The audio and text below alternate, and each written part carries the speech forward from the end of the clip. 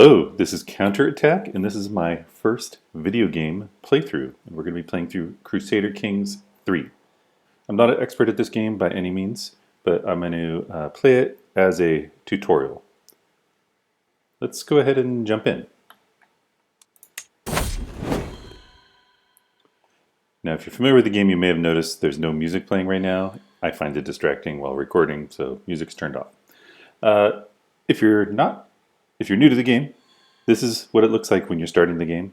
You're presented with a set of characters to choose from. You're going to play as one of these characters, and there's different settings, different people, different time ranges. So I'm going to pick the 867 time frame, and I'm not going to pick any of these characters. I'm going to go do my own down in the lower left-hand corner here.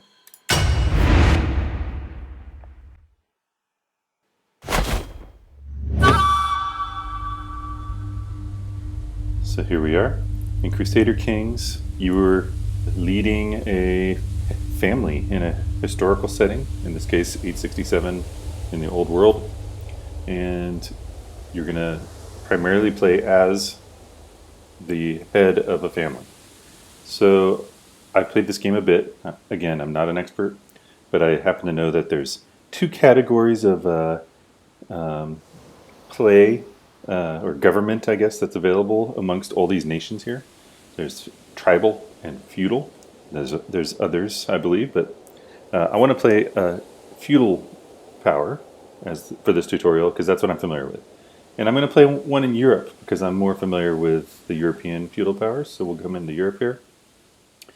And, Europe at this time is Christian up in the north, and then Muslim, and then down through Africa and the Middle East is Muslim. And so I want to play something like in between those two realms so that I feel like there'll be more interesting interactions.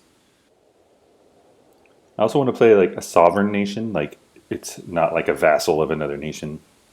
So I think that kind of limits me to like this area in here. And so I'm thinking I want to play the southern end of the island of Sardinia here. Also, by being at the sea, maybe that will protect me a little more, make it a little easier for a tutorial.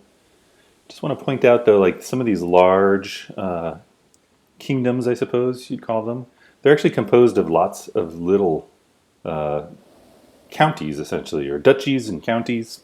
I think if I click one of these areas in Italy, for example, you can see it's now colorized the constituent parts of the Kingdom of Italy. These are all like subjects, like vassals of Italy proper. And for example, Nice here, that is, it's the Prince Bishopric of Nice, right? And so that's a little country I could play the character of. I could play this guy up here, who looks pretty holy, but he's a vassal of the Kingdom of Italy, so I don't want to do that. So I think I like this place here, this southern end of Sardinia called Cagliari, I think. The character's name is Giudice Gublenu. And yeah, let's do that guy. I'm going to go ahead and click start. So this episode is an intro. We're going to look at our character and what makes him tick, some of the related characters. We're going to look at our country, our advisors. We're going to like set some things up. Maybe play the very first year of the game. It starts down here on the lower right-hand side, 1st of January, 867 AD. So maybe we'll go to 1st of January, 868. But yeah, this is a learning introduction video, and others will follow. So let's take a look at our character. He's down here on the left. Again, his name's Giudice Gublenu. Now, at some point in the game, he's going to die. If we have an heir, we will take over as the heir. When the heir dies, we'll take over as that heir's heir. If you have no heir when your character dies, game over, you've lost. Okay, so it's something important to keep in mind. So what's up with this guy? Well, let's hover over this little icon here. His health, it's fine. So see this little pop-up, though, that tells us that? We can hover over anything that's sort of colored blue, and it's like a hyperlink that leads to other information. For example, health measures how likely character is to die by illnesses and old age. What are illnesses? Well, illnesses are kind of negative traits to lower a character's health and so on. So you can keep following these links. But the way these tooltips are behaving, and this is important to learning the game, I think, is these tooltips.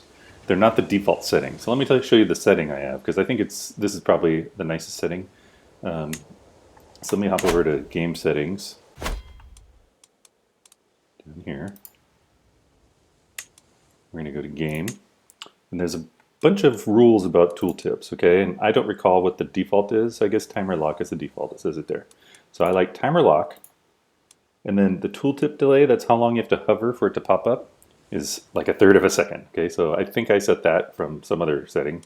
So when I hover over the timer lock, for example, it takes about 1/3 of a second to pop up.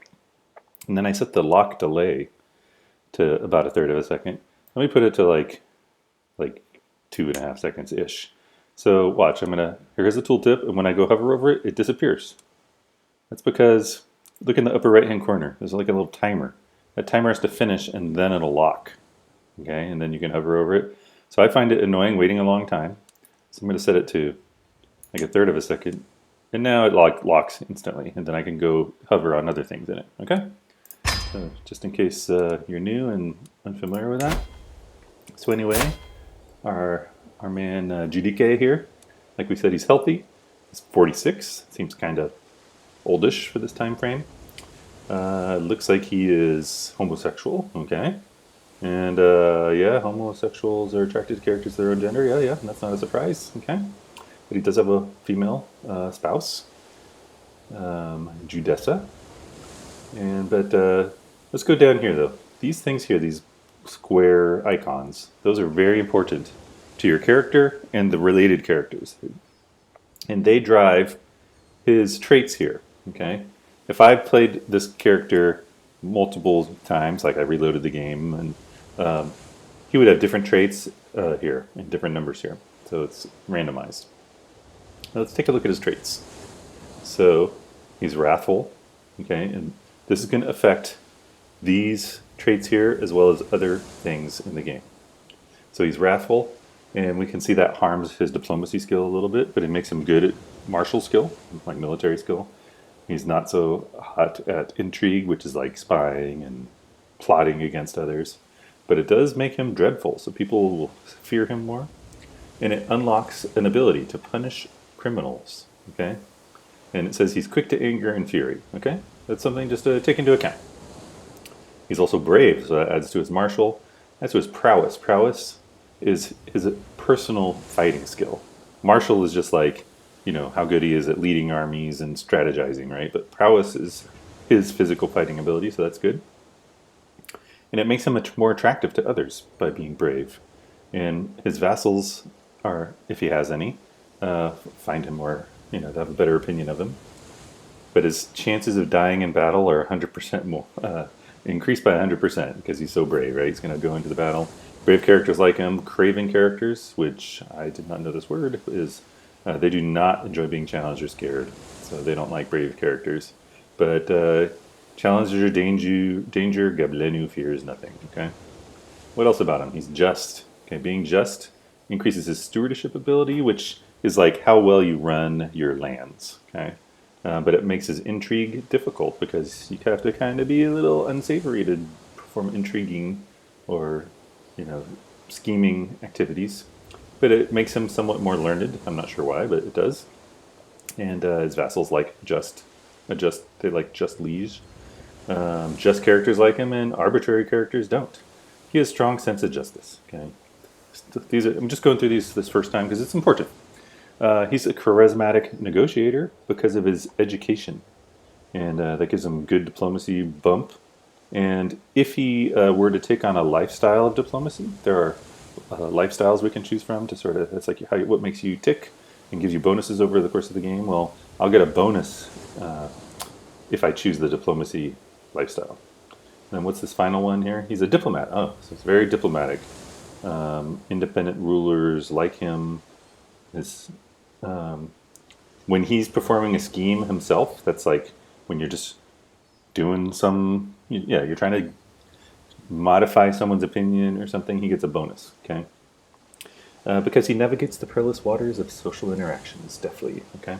So that's good, and then we can see here, those bonuses materialize as an 18 diplomatic bonus, and if you hover over this diplomatic skill, I should say. It says it's excellent, and you can see all the constituent parts that went into it. In fact, we'll find out later, but why this is. But it says he's getting assistance from his spouse, which she gives him +1. But it gives you bonuses by being excellent. So look at this. You get 10% more prestige. People's general opinion is +10 more, and so on. Okay, so these traits really affect the game. We'll find out what prestige is a little later. Now his martial skill is very poor. Well, it's poor. It's classified as poor.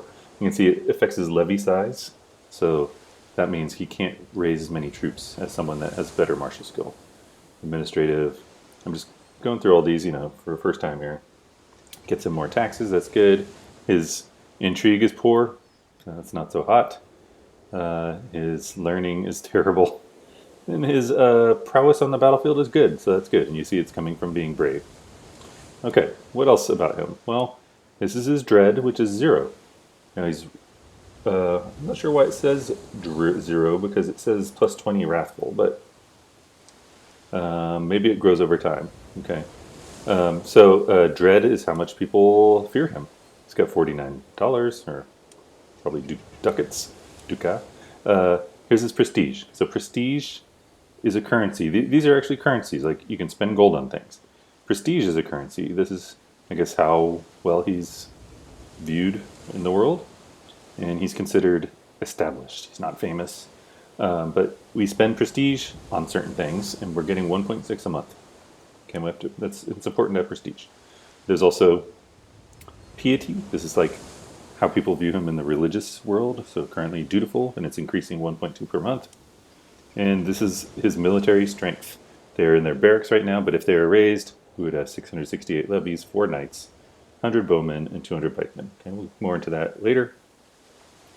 But let me go use the WASD keys to zoom around a little on the map here. Let me come into my realm of this area of Cagliari, this southern area.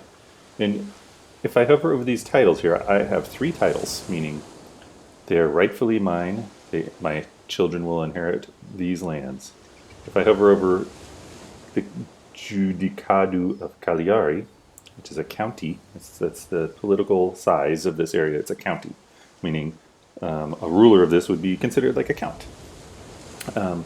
We can see that's that little chunk of southern Sardinia. If I go over to the right, there's Arborea, so I also control this chunk of southern Sardinia, and Tortoli. Okay, so those 3, they're like, the world understands those belong to my family. They're my titles, and they will be inherited by my children. While we're talking about that, let me hop over to over here. There's a lot in this game. Don't panic. We're just introducing some concepts, and we'll understand them more later. But over on the right, this crown here, that's our realm. So let's go there. And it's showing a similar view of those titles, but more detailed. For example, the Judicado of Cagliari. Its development level, that's how advanced the sort of infrastructure is 6, and I have 100% control of it. Okay, it has a castle built in it, and that's generating some tax, and provides 290 levies. Okay, and so we can see some of my other ones, they have castles too, but they provide much less money and levies. Their development's lower. Maybe those are related. We'll find out. And but when I die, what's going to happen to these? Are they all going to go to my heir? We can see over here, I have a player heir, so we'll check that out in a minute. But when I die, well, we can come over here to the succession laws. Okay, and it says, well, male preference for succession. So if I have daughters and a son, the son's going to get it. But it says confederate partition. This is probably not the best succession law, because your children will share your titles equally. And that means when I die, and I have 3 sons, which I do, we can see I have 3 children over here, and they're all sons over here, they will split this territory up. And so essentially becoming 3 countries instead of 1. So you can change these laws, but it takes a long time. You have to learn technologies and just slowly grow in sophistication. But how do I know that it's going to happen? Well, if we come down here, here's my heir, Felictu, Filitu, and it says my family will lose 2 titles on succession. Yeah, so Arborea is going to go to my son that owns the northern part of Sardinia, and Tortoli is going to go to my other son because our succession law is confederate partition. There's nothing I can do about that. Like I can't just like say no, give it to someone else. It's not how it works. There's ways to deal with it though. So anyway, just thought I'd mention that. So yeah, those are 3 titles, and then if we look at claims, those are places that I don't have the title for, but I have a claim on the title. Like there's at least some documentation or history or made up lies that make me seem kind of a legitimate claimant to that territory. So one is my son's territory of Lugudoro, and it says it's an unpressed claim. Let's see what that means. So an unpressed claim, they're tenuous legally, and they're not inherited. So if I die, that claim will be gone, and my children will not inherit it.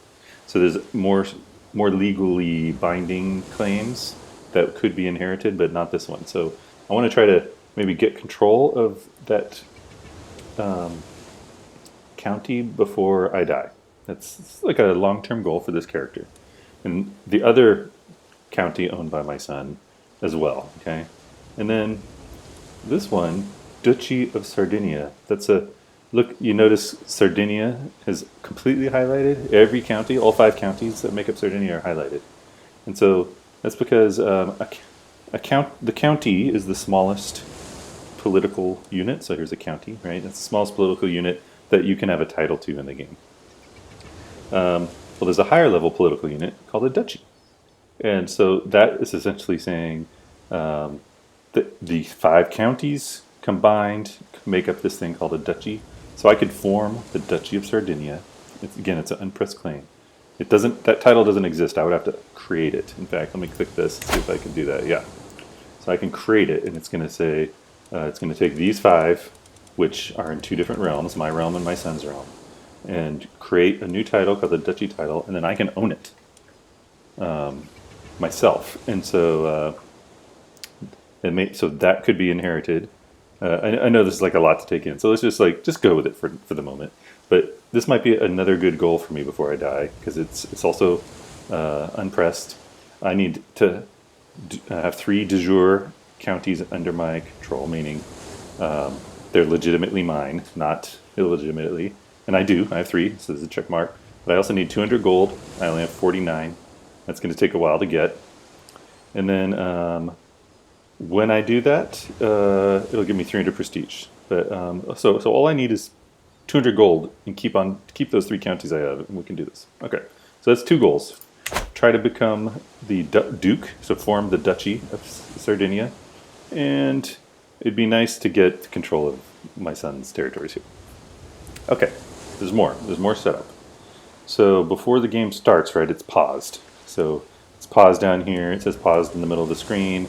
These little red boxes in the lower right indicate that we're paused. They'll go green when we're not paused, and the speed is can be adjusted by clicking these or going the minus and plus buttons. Or you can space bar to pause and unpause, or click this little triangle here, but we're not going to unpause it yet. So one of the most important things to manage is your council. So over here there's a bunch of buttons, and again, don't panic here, but your council is composed of people in your court. So let's look at our court first. Here's our court, and these are all the people that are just hanging out in our, in our castle and stuff. So my wife's in here, my sons. Let's see, there's a guest visiting, a beautiful man. My bishop is here, so and so on, right? And so not all of these people are allowed to be on my council, but all the people on my council will be in this group. So let's go to my council. These 6 people are very important to how the game plays and for running my realm.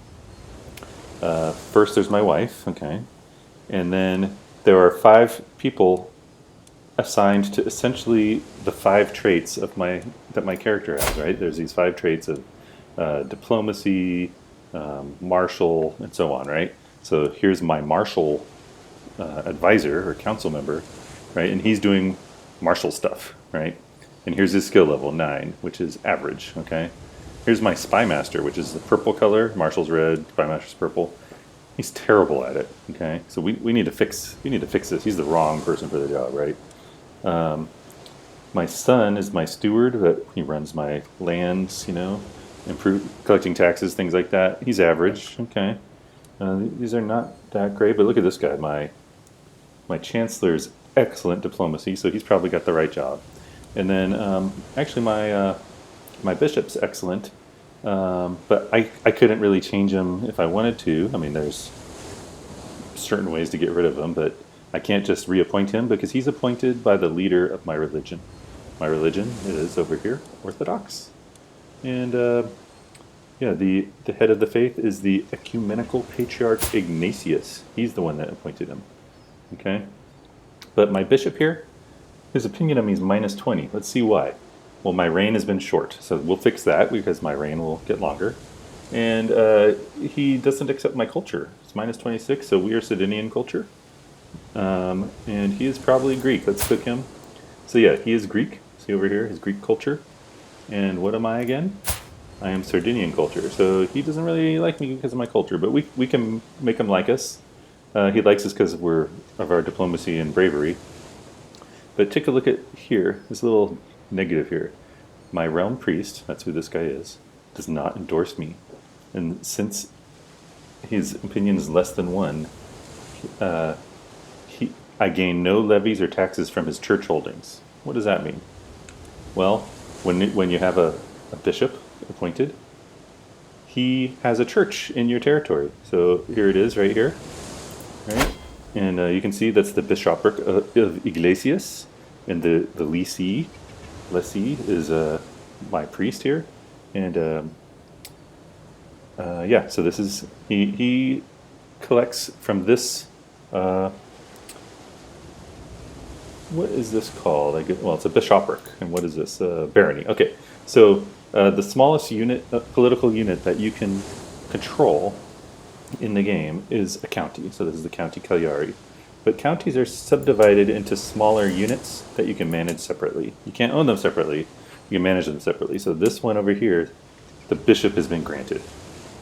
Okay, and that means he has levies. So he has local people that form the local defense force. Is 126, and he has 0.58 worth of tax. And he's not giving that to me because he doesn't approve of me. I'm too new, and I'm a Sardinian. He doesn't like Sardinians, I guess, right? So I need to try to sway him to like me, so that I can get some more taxes and levies for my army from him. Okay, so what are we going to do here? I think the first thing I want to do is we need to switch our spy master out. It's horrible. If these skills are going to apply to certain random events that happen, and you want high skills. Each of these guys also has jobs they do, and we'll go into those a little bit later, but the skill applies there. So let's see, let's swap this guy out. So I'm going to appoint a different spy master. Okay, and so here we can see all the skills there already, and I can click on the icon for intrigue, which is in the purple column, and see what's the best intrigue. And wow, they're all bad. My marshal, yeah, I think this marshal, he's currently my marshal over here, right? He's got the best, but so does this lady here. And I happen to know, I think it's because of my culture and my religion and all this, I cannot have a female counselor in any of these areas except for my wife, of course, and the spy master. I cannot have a female chancellor, marshal, or steward. So I think for spy master, I'm going to pick a female, the best female spy master there is. And that would be Georgia. Let's make sure she's not, doesn't have some bad traits. Okay, she's gluttonous, that's not too bad. She's brave. Okay, so there's nothing here like deceitful. Okay, so we're going to assign Georgia, who's just some lady in my court. Okay, she's just accepted in my court and hanging out. Her martial skill is amazing, but I cannot put her in a martial job. So I'm going to fire my spy master, whose opinion on me is 31, and he's gonna lose 20 opinion for 10 years. That's okay. Okay, so now we got Georgia in here. I'm gonna have to fire her as soon as I can find someone because she's still got poor, but she's not terrible. Let's take a look at Marshall.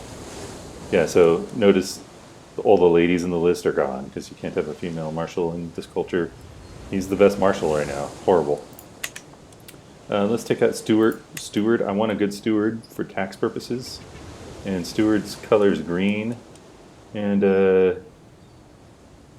yeah, so I think he's already, yeah, he's the best. He's tied for best. Okay. And then he had great diplomacy, but so does this guy. This guy's diplomacy is even better. So I think this is the best we can do. This is not a good setup. Okay, so now let's take a look at our wife. Her role is to support her spouse. She can give us a bonus in one of those skills, right? And so some of them are great, like court intrigue. In fact, that might be good since our spy master level is so bad. And you know, it's such a big boost. Or she could just give us a more general boost everywhere. And you can see intrigue still goes up +3, learning +2. I think, well, we're already really good in diplomacy. I'm trying to decide, like, I feel like getting a bigger boost is important. So should it be in spy master, marshal, or managing the domain? I think I want to get more taxes and things like that. So let's go ahead and manage domain better. We'll see how that goes. Okay. So there we go. We got our court set up, or I should say our council set up. Now let's take a look at the military situation. This little guy here. So remember, we have 3 holdings and they have levies. Well, here's the levies all summed up. I have 4 knights, and I'm allowed to have up to 5 at my current level. And then we have some specialized units, which we'll go into when it's actually combat time. But these guys have 200 pikemen and 100 archers, along with my levies. Okay, but what I really want to look at is my knights here. Okay, and every person is rated in their combat prowess. For example, my marshal, who is a knight, has combat prowess 11, which is just like average. Okay, so he's my best knight. And then I have a guest who's not he's a knight, but he's not in my, or he has good prowess. Sorry, he has prowess, but he's not in one of my knights. He's possible though. I could recruit him. I can pay him, but you know, costs $50 to hire him. But everyone is awful, just awful, and I don't even have enough knights. So I'm going to want to invite some knights to come visit me, and maybe I'll hire them. But I don't have enough money. But they'll stick around in my court for a while as guests. So I can press invite knights here, and then that'll send out a herald to bring knights in. Also, there's a way to do that here. Decisions. These are just like special things you can do. And you can see the invite knights is here as well. I'm going to click this, and when you're inviting knights, you can only do it every 10 years. So I'm going to say notify me after the 10 years. And it's going to cost 150 prestige. So I have to give up some of my prestige, my fame or whatever, because, you know, I'm like having to ask knights to come visit me, right? I'm not attracting them myself, maybe. But what this will do is at least 3 able-bodied men with prowess 12 or more will visit me. Okay, I'm still going to pay them to join me though. But okay, so we'll send the herald out. Now nothing's going to happen yet because we're paused. We have to let time pass for that to happen. The herald's going to go out. Guys are going to travel, come to our throne. Okay, so yeah, there's other things we can do like get us a physician, and we'll hold off on that for now. Okay, up here, these things you always want to look at these while the game is running. I have not chosen a lifestyle, so each of those major areas of skill are represented here, and we can pick any one of these we want. I think you can only change it every 10 years maybe, but we can see we've been studying diplomacy. We've been leading a diplomatic lifestyle, you know, before the game started, and we have 10 out of the 27 perks for that lifestyle. And because of our diplomatic education, we get a 30% bonus on gaining experience in this lifestyle. So I think we're going to choose diplomacy to go in on it. We can see this is almost like a tech tree. And we've already completed this one before the game started and achieved diplomat, right? And so each one of these just gives little bonuses, okay? And they add new abilities to us. For example, embassies. When I'm learning a language, I get plus 75% strength to that scheme. It's called a scheme. So and there's other like there's like 3 trees in each lifestyle. So we can't do anything here because we have to earn lifestyle experience. So let's look at the focuses though. You have to pick a focus. All 3 focuses will give us 32 experience per month. So that's cool. This one just gives us a brute force plus 3 diplomacy. We're already very diplomatic though, so probably not worth it. This one gives us plus 1 diplomacy and 1 prestige per month, so that's good. We'll gain more prestige. And then this makes us more fertile, so more children. I have 3 children as it is. I don't think that's that important, so we're going to do this one. Okay.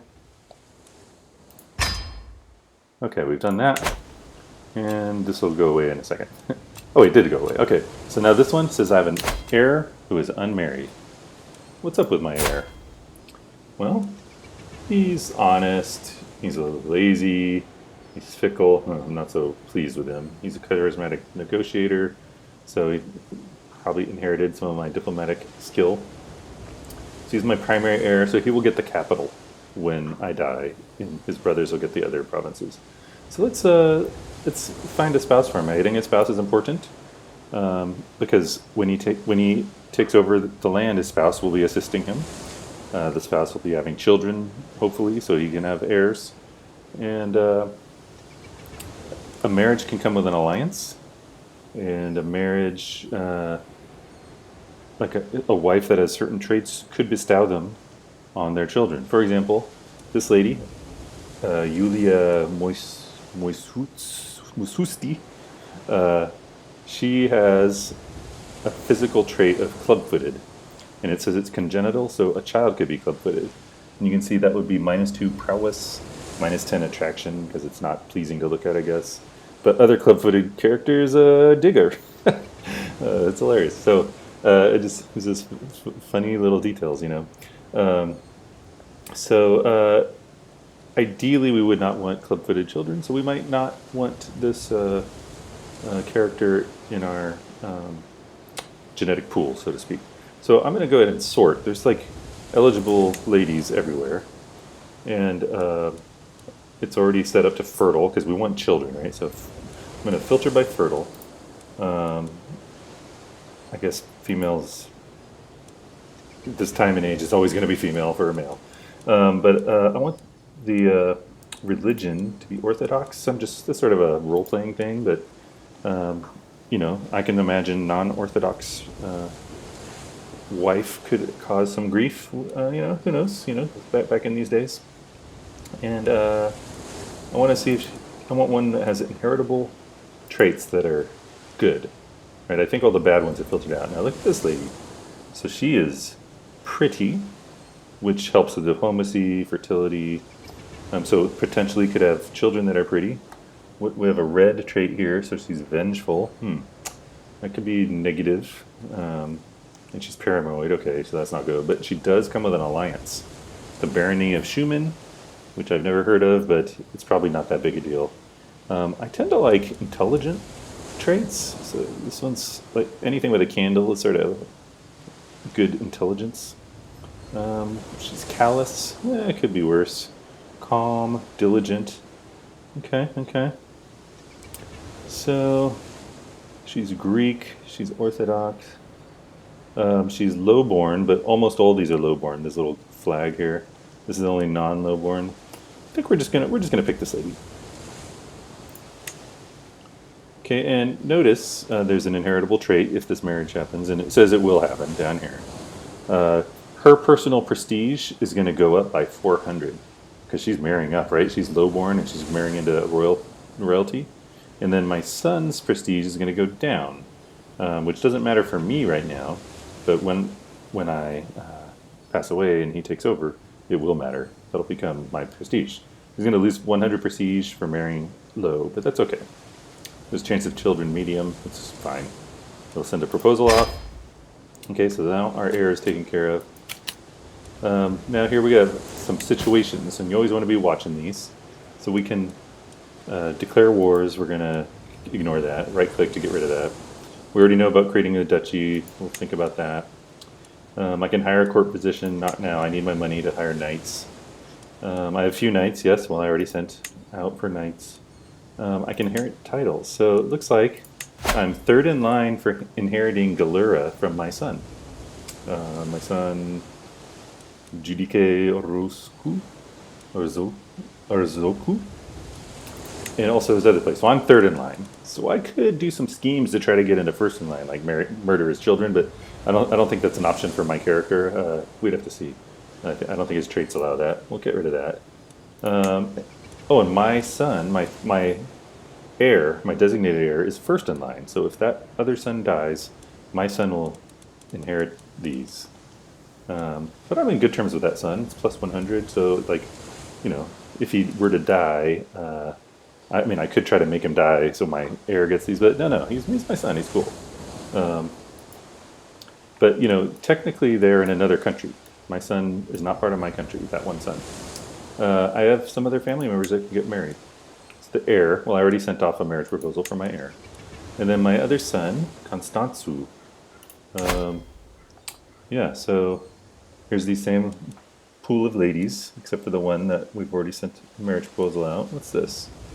Pale. So it's like little nice and healthy. Yeah. Antusa is fit and sound of body. All right.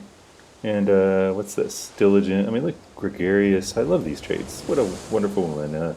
Chaste. Well, it sounds like a good trait, but lowers her fertility and chance of having children. But that's okay. This is not my heir.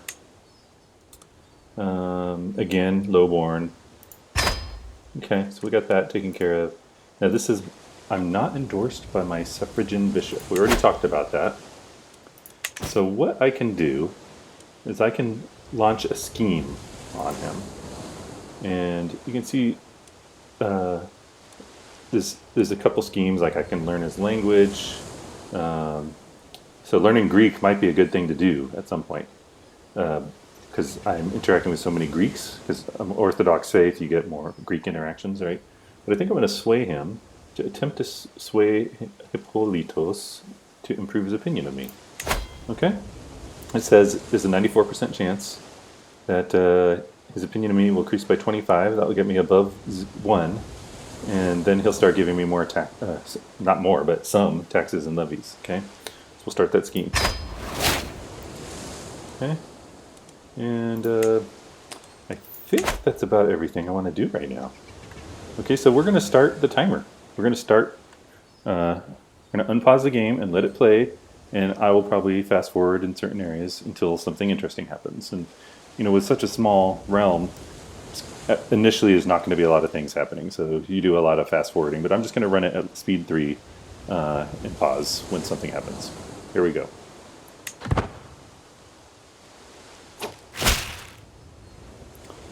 Okay, so an event that I can respond to has happened, and that pauses the timer automatically.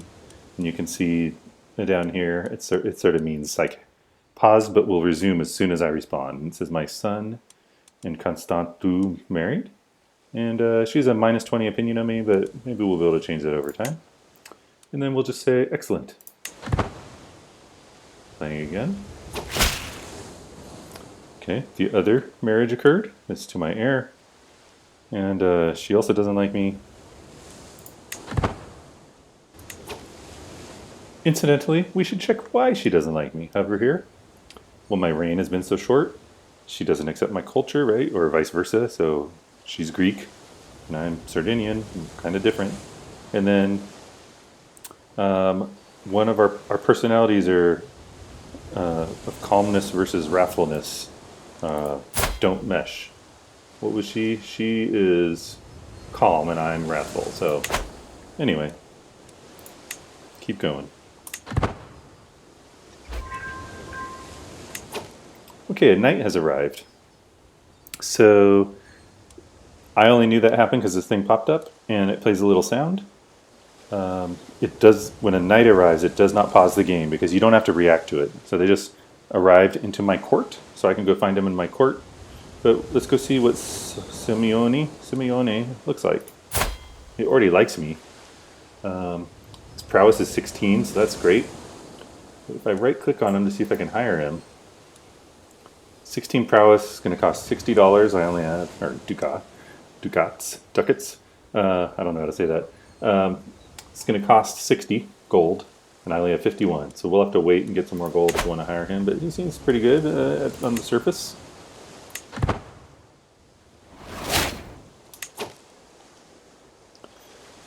Okay, it's now March 24th, and Judessa Fidula, my wife, is pregnant. Excellent. I actually hope for a daughter because in this time frame, it's awful, but your daughters are diplomatic tools in general. Alternately, a daughter can be a spy master. And in other cultures, they might be able to have more prominent roles, but not in this culture. So, but anyway, my wife is pregnant.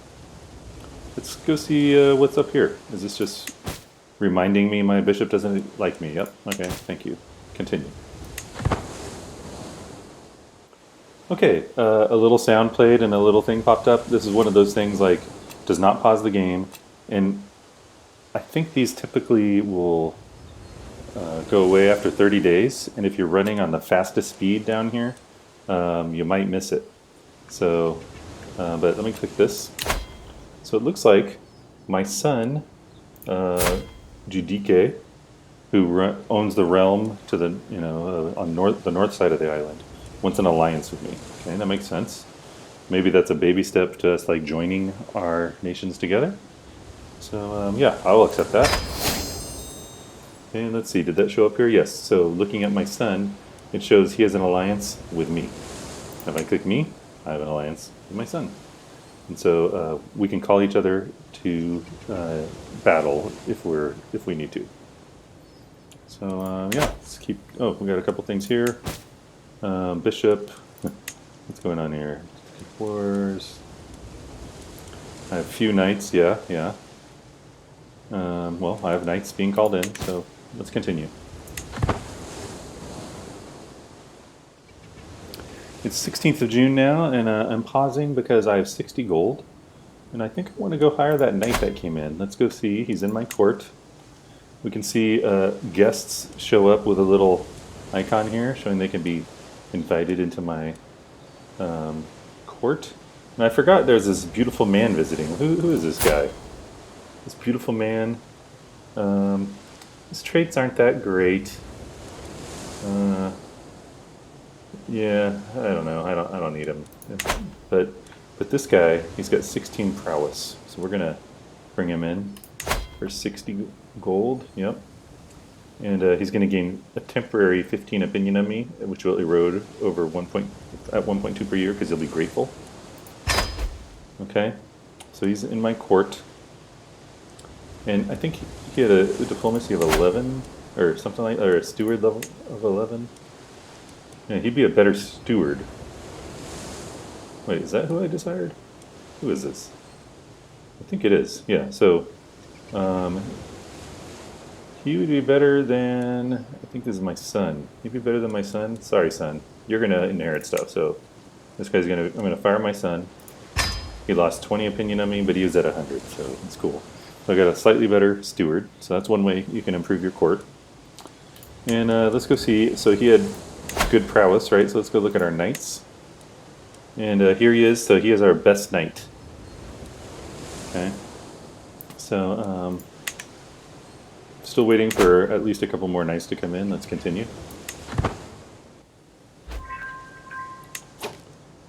All right. Ramundu has arrived.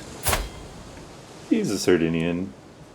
Wow, 20 prestige. Or prowess, excuse me. And I have no money right now. There's Callus, Zealous, Blade Master, Organizer. This guy's great. It's probably very expensive. 100. So it's going to take me a long time to get 100 gold. There might be some other ways to get gold. And as you play the game, you'll get more and more like abilities here. So another way I could get him is I'm not going to do this, but just like in terms, there's like of all of the choices you have, I could bring him into my court by granting him a title to one of my counties, and that would make him my vassal, and he would thus be one of my courtiers. And that way, that's another way I can get him without having to pay him to join. And there's other ways too, which won't go into now. But I don't want to give away one of my counties. Those are going to go to my sons. So we'll just hang out, and hopefully he'll stick around a while. Continuing on.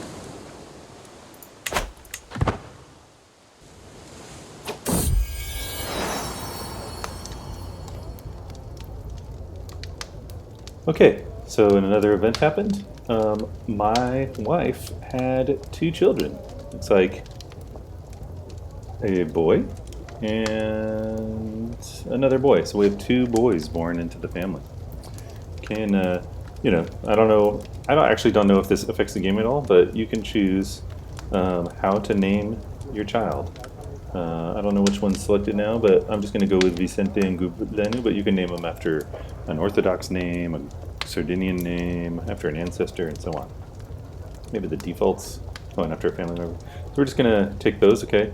And while we're here, though, I want to point out this flower down here represents our scheme to sway our bishop. And we can see it's about 3 months out before we know if our 95% chance passes or fails. So we'll go ahead and say, may you grow strong and wise, children.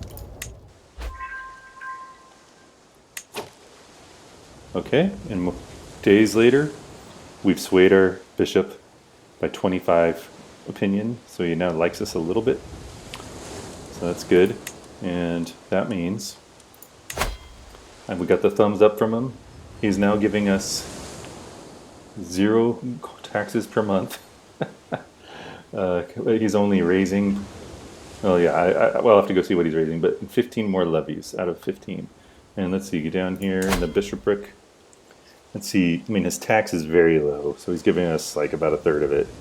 And in terms of troops, what was he giving us? He's given us 15 levies out, yeah, so I don't know, it's like 20%-ish. So there's things we can do to increase this. But everything helps. And the year is still 867, it's 1st of November. I guess we'll play it at January 1st. That's when we can save. I'm playing Iron Man mode. You can't save scum in Iron Man mode, so save once a year. And we should get a 3rd night before then, I'm hoping.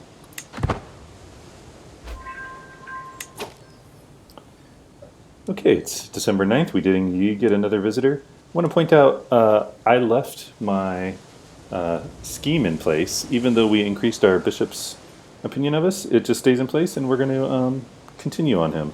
And once I get him up, maybe one more chunk of opinion of me, we'll go work on other people that have low opinion.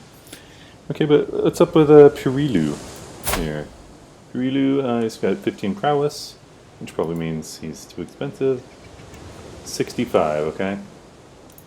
So that's probably the last major thing that's going to happen, unless some random event occurs. So we're just going to play, let the time run out to January 1st. All right, there we are, January 1st, no more events. Hopefully that gave a good idea of how to start the game. And we played the first year. So if you enjoyed this, look out for the next episode, where we'll do some more fun stuff. All right, so thank you for watching.